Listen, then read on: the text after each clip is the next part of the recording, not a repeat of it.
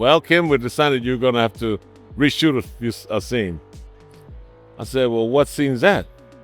He said, well, you're going to live. I said, I got a chainsaw through my head. How the hell am I going to live?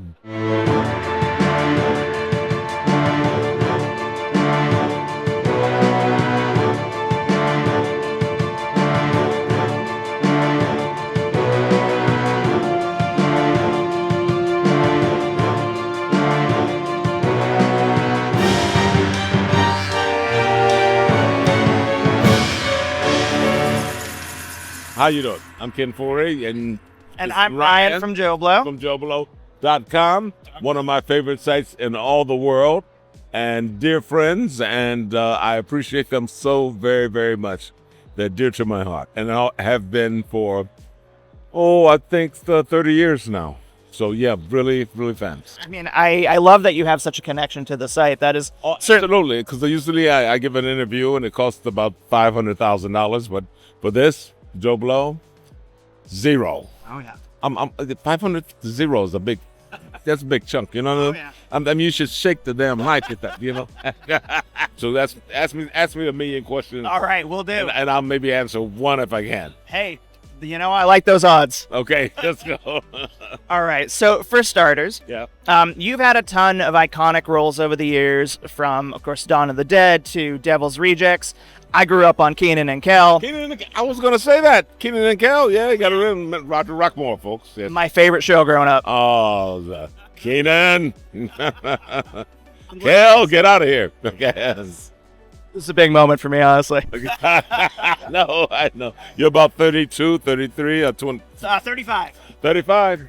Yep. All the 35-year-olds, 33, 32, 35, 36, 37-year-old kids, adults, they're now wearing grown-up clothes, and are now they were like this. They were little children, and they used to come to see us record. Every time we recorded, there was a live audience, and the kids would come in and they bring some of the same kids in, and every weekend, and it's some new ones as well. But one of them became a Miss America, I believe. Really? Yeah. So it was, it's you guys grew up to be. Now look, I'm talking to Ryan. He was one of the little kids that watched me and Kenan and Kel. And look at him now. The guy uses deodorant. He's big. He's grown. He's a grown man. He's a grown man. How are you? Michael Ironside here. He's telling lies. He knows me so damn well. He only shaves his head every morning. And he checks me. He calls me and he says, I'm coming by to check the head. I was wondering, of all your iconic roles, what do you say is the one that you'd get recognized for the most? That is so difficult. It really is. It used to be Dawn of the Dead, of course. And then in between that, I did a lot of television. So I did probably every episodic television show, or at least most of them, in the 90s and the late 80s, that kind of thing. So I would get people who recognize me and say, and I'd go, was it a horror film? No. You were on General Hospital. Or you were on, we saw you on Hunter or Remington Steel. Or, this is that kind of thing. So that was the early years. And I would imagine Joe Grizzly has become one of the more iconic characters I've played, and a lot of people say immediately, "Oh, you're Joe Grizzly." I remember that they come up with the line. The line on "I'm Joe Grizzly," bitch, is just it's worldwide. I'm telling you. Let me give you a little story about that. Can I? Oh, please. Yeah. When it was being edited, I got a call from the editors, and they said, "Ken, we'd like you to come to a party." And I had to leave town the next night. Said, "Once you come to a party, we're having editors." Said, "The editors are going? Why would I? What's going on?" Well, every day we come in, and somebody will say, "I'm Joe Grizzly, bitch," and somebody will say over there, "No, I'm Joe Grizzly, bitch. We love that scene so much. We have to have you come to a party." And I've heard that from insurance companies, mortgage companies, anybody that has I guess stockbrokers, anybody that has a floor with a lot of cubicles. I hear this, and the same story. Every time we come in, we go to get coffee, or we go to the water cooler, or we go over to the. That's when we come in, and somebody will take their coffee back. We go in our cubicles, and somebody will say, "I'm Joe Grizzly, bitch. No, I'm Joe Grizzly, bitch. No, I'm Joe Grizzly, bitch. No, I'm Joe Grizzly, bitch." And I've heard it all over, from the UK and Germany to here to Italy, Spain, here, every state. And it's really become iconic. So in terms of which role, it varies. It does vary. It's either Charlie Altamont. I get a lot from Charlie Altamont. The Devil's Rejects. Texas Chainsaw Massacre from Beyond gets their share. So it's a mixture. It's a mixture. And people have asked me, which one do I like the best? Which role that I have the most fun? That's hard, because every one of them had something special. Your role in Dawn of the Dead solidified you as a horror icon. What do you think has given that film such staying power and made it such a beloved classic in the horror community? Changed the generation. Night of the Living Dead came out in '68. Black and white film, very low budget. It got distribution and fairly wide distribution, and was a well-received film. I mean, it's a little for a lot of people, but it was as it should have been. It was well done and respected for that. We came in and we put it in Technicolor, and we gave you a mall, and we gave you a different story. And it at that time it was '78, and so you had that change of generational change from the '60s and the hippie or the Black nationalist movement or the civil rights movement. So they had all these movements, and one of them was the LGBT movement, the women's movement, at that same time, because that was happening. So at that period, they had just had the death of Bobby Kennedy, the death of Martin Luther King, Malcolm X had been assassinated, but they all had been assassinated. And we just had Watergate as well. So the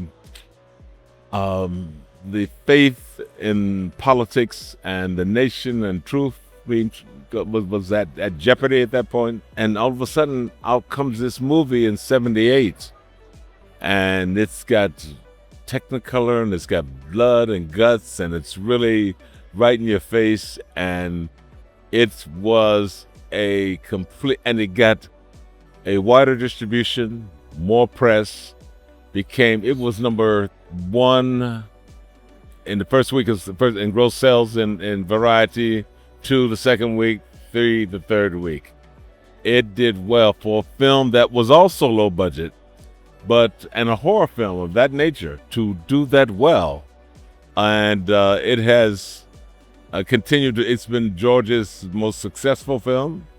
It has probably the most fans in the world than any of his other films, and we've been rated along with Alien, Clockwork Orange, and Star Wars. For this film, that maybe cost a couple mil and didn't really, you could tell that it was low budget as well. It did that well. There were 5 major reviewers. They don't have them anymore. So most of your people that are going to hear this, they'll say, "Who the hell are these people?" They won't know. Most of them won't know unless they're my age. Let me just explain. There were and all the networks. So you had ABC, CBS, NBC, and you had a few of your local affiliates. Well, they had a section for movie reviews and what's happening in entertainment, like Entertainment Tonight. They'd have a smaller section in their newscast, and that had the commentator was as famous as the anchor. Everybody ready for Rex Reed to talk about it, Rhoda Baird to talk about it. What's Rhoda Baird going to say about what are they? Who are they reviewing tonight? And who's Cisco and Ebert, Gene Salad? Who are they reviewing tonight? They'll know Cisco and Ebert. Oh yeah. Yeah. So, but they all gave us a thumbs up. They said, "This is a great movie. This is a really good movie. We would suggest that you go see it if you like that kind of thing. We're not going to see it again, but if you like it, go see it because it's worth it. It's worth the ticket. There were 4 people who were leads, and all of them tried to do the best they could they had an opportunity, and they tried to be as real and authentic and really do a great job in portraying the roles. And I think as I look at it over and over again, because I have to see it constantly because I'm the screenings and people are asking me, and sometimes I'm at home and I turn the channel late at night and I say, oh, I'm not going to watch it for 5 minutes, and I'm in there 2 hours and a half later, I'm still there going, it's 3 o'clock in the doggone it morning, and I'm still watching this darn thing. And I said, where's that body? Where's that body? That's not my, where's my body? Where did it go? Anyway, yeah, I think that my co-stars did an extraordinary job as actors in that film, and they helped make it the success that it is today. So I'll give them credit for that. Yeah, and that's the co-stars. The damn zombies, and It's it's one of my favorite movies. It really is. Thank you, appreciate it. And one of the most beautiful relationships behind the scenes is the relationship between a director and an actor. And you've got to work with some amazing directors over the years. Were there any notes that a director gave you that has stuck with you through your career? Oh my God. A director helps you get there, and it makes the path a little easier for you. I'll give you something that's going to take you somewhere that you didn't think. They're going to make it a better scene than you thought it would be, or they may get something out of you that you weren't quite there yet, or you were given something else, or you're going in a direction that is your choice, of course, but let's try this. And you say, oh my goodness, this certainly fits, especially when you see it edited it on screen. So I'm not going to tell you which director told me this. Okay. But one director told me, said, whatever you say, Ken, it's fine because I don't know what you're going to say anyway, but do it because it works. So I laugh at that a lot because I nail it sometimes when I'm ad-libbing. Yeah. Don't do a lot of it, but sometimes when I do, it works. Yeah. I know a lot of actors that ad-lib an entire film, and I don't do that. But sometimes there's little places and a scene here, a scene there, I'm in the middle of the moment, and instead of saying this, and that, I'll say something else, and they'll say, where'd that come from? I said, I don't know, but did it work? Yes, let's keep that. All right, so half the fun is trying new things during film, I assume. Always, and it's great to have a great director who's guiding you through that maze. Because you can have your approach could be fine for the character, but totally wrong for the piece. According for what the director, for what he has envisioned.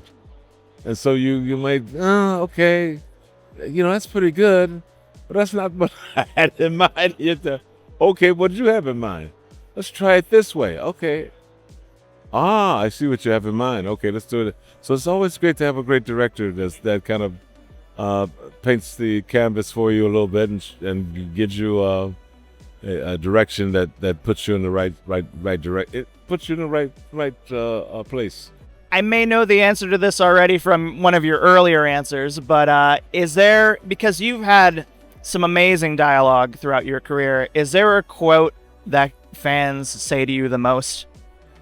Used to be the one from Dawn of the Dead, and it still is. They want. I think the word's gotten out. I've told so many people that I don't say it anymore.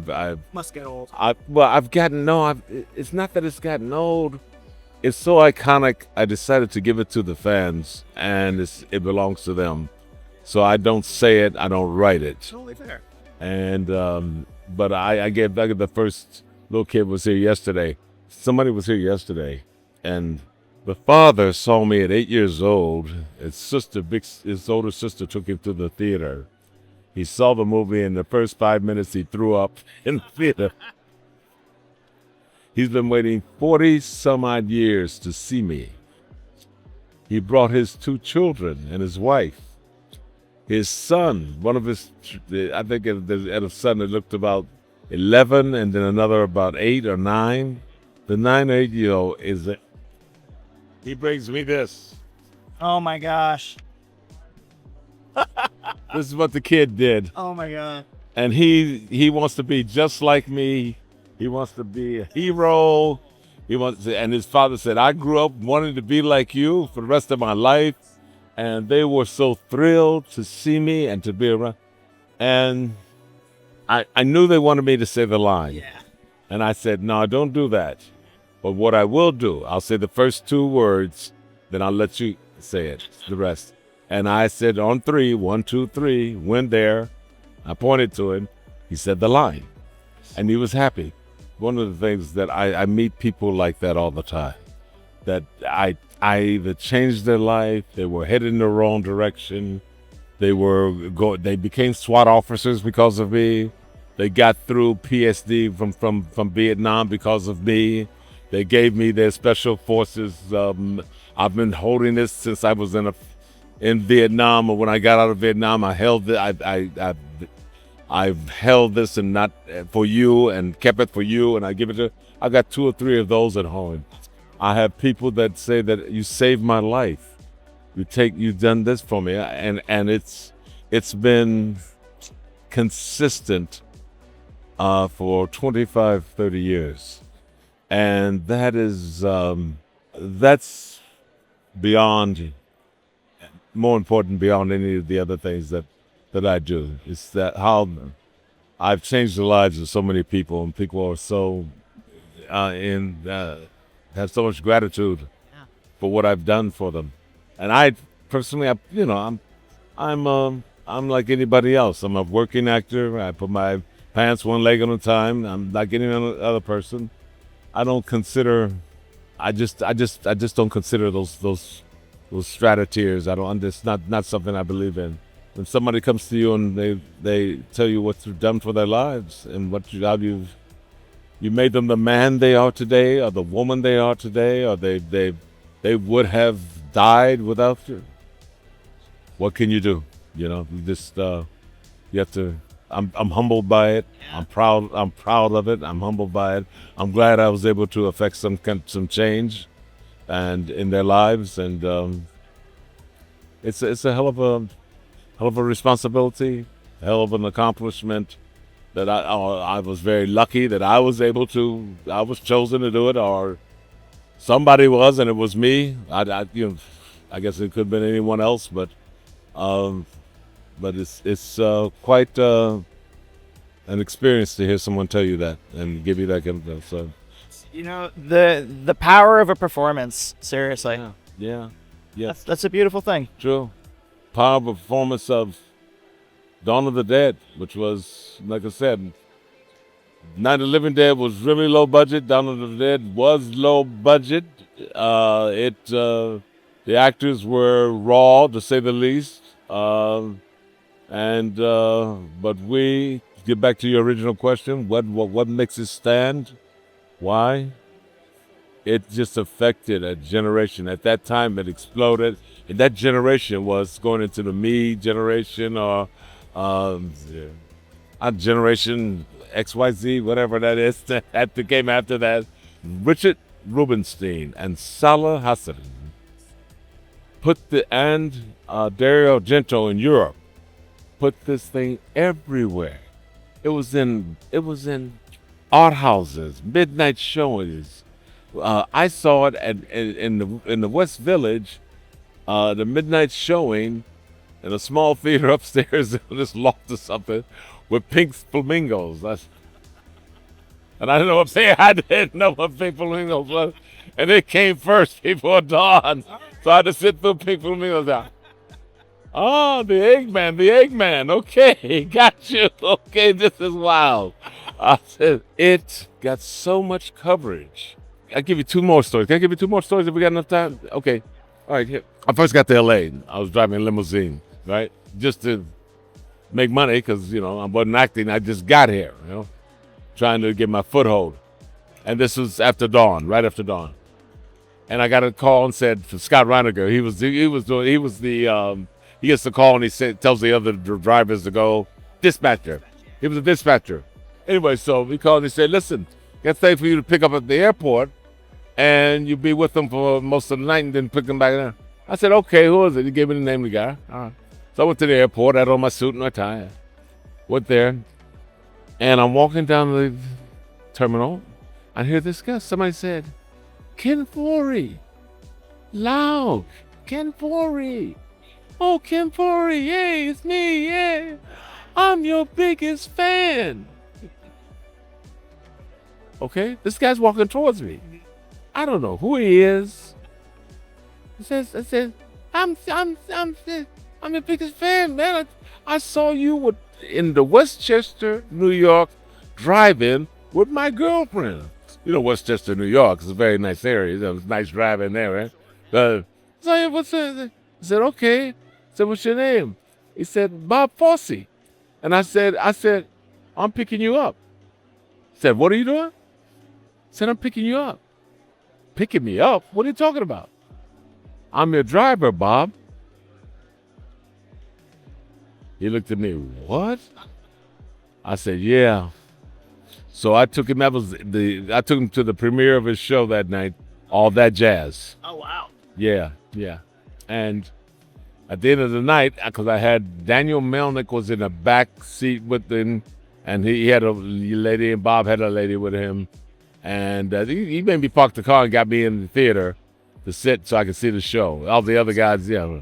And so when I'm driving him back, he said, how do you feel, Ken, after putting on a performance like that? Now you're driving a limo. So I said, pretty even bad, Bob. Pretty bad.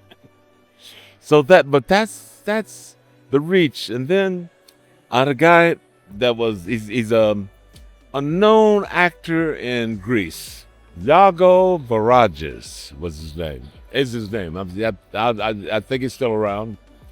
Anyway, he used to come around the house where I had a house, and he'd come around the house and we'd hang out, and we'd party together, that kind of thing. When he was in the States. So one time we were sitting in the dining room, and he said, he was telling about stuff, and he said, what did you do to da-da-da-da? And I said, oh, well, I did a thing years ago called Dawn of the Dead. He said, oh. I looked at him, I said, oh, wait a minute. You would know it as Zombie.